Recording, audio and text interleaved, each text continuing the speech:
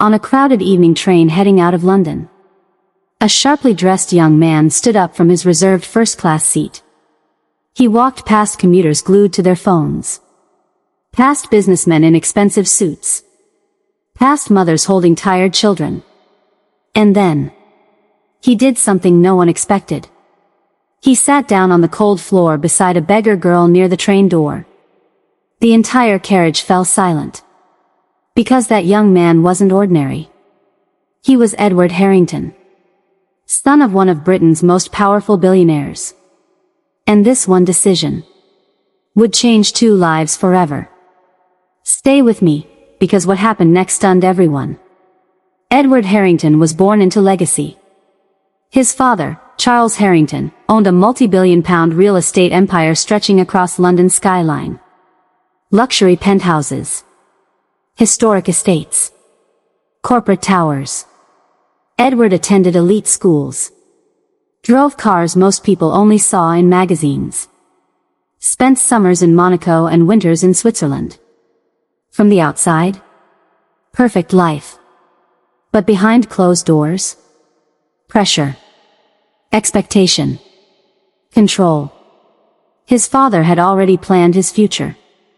Harvard MBA, board membership, strategic marriage.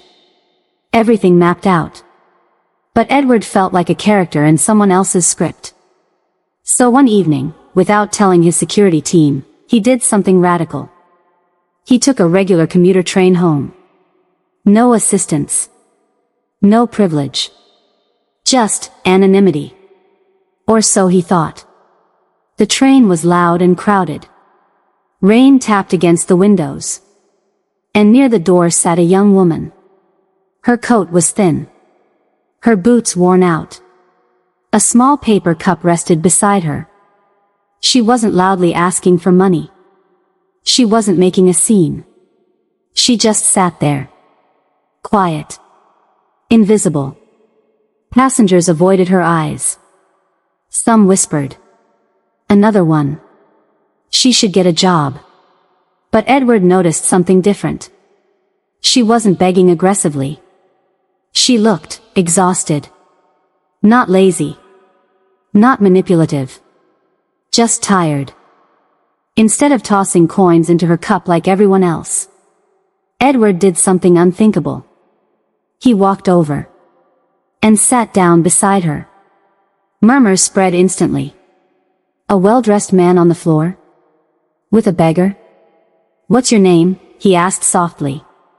She hesitated. "Lily," she replied. Her voice was gentle but guarded. "Why are you out here?" he asked. She looked at him carefully before answering. "My mum's ill," she said. "I lost my job last year. Rent piled up. And sometimes, survival is louder than pride." That sentence hit him hard. Survival is louder than pride. She told him she once studied literature.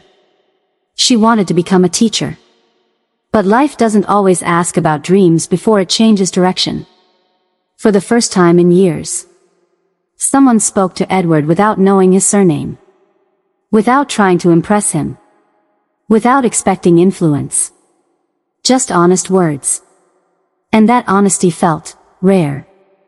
As her station approached, Edward made a decision. He pulled out a small card and wrote something on the back. "Come to this address tomorrow," he said. "If you trust me." She narrowed her eyes. Men in suits rarely offered help without hidden intentions. But something in his voice felt different. The next morning, Lily stood outside a towering glass building in Canary Wharf. Harrington Global Holdings. Her stomach dropped. Security stopped her.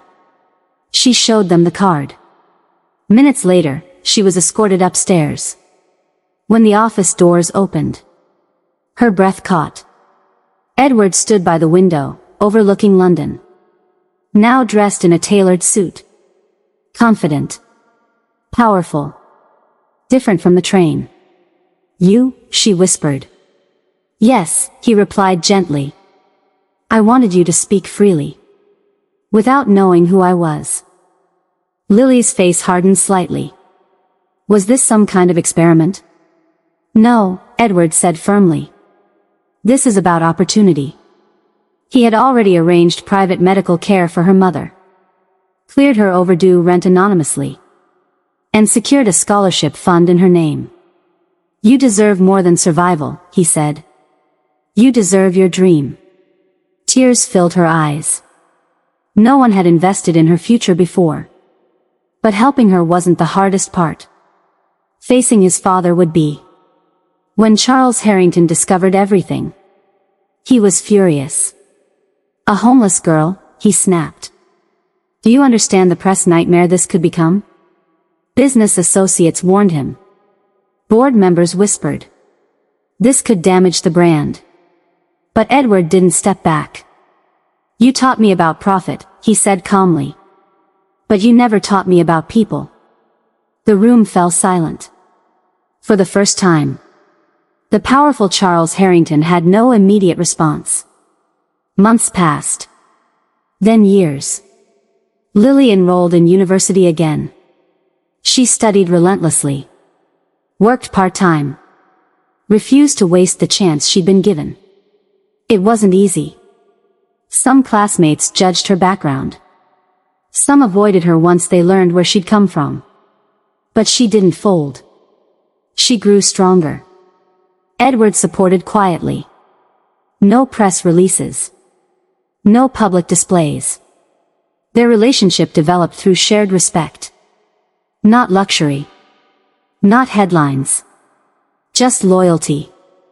3 years later. A graduation hall filled with applause.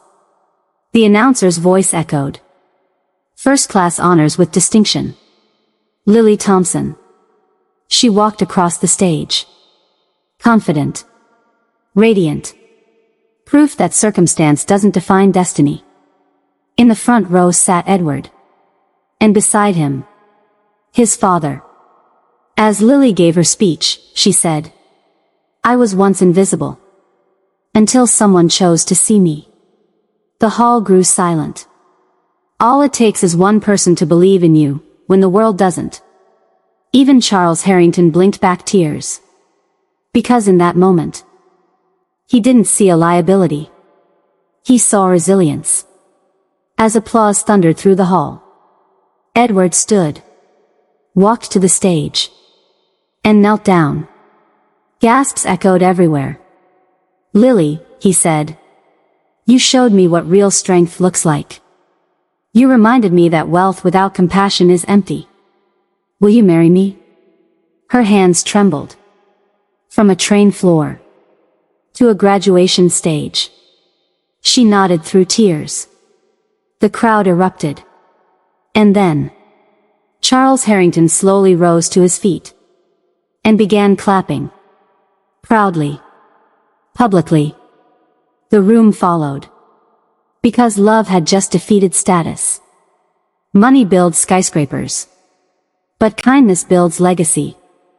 Status can open doors. But character keeps them open. That train ride wasn't an accident. It was a reminder that sometimes the person society ignores is the one who changes everything. So tell me, if you were in Edward's place, would you have sat beside her? Or looked away? If this story moved you, don't forget to like, share, and subscribe for more powerful emotional stories. Because sometimes, the smallest decision changes two worlds forever.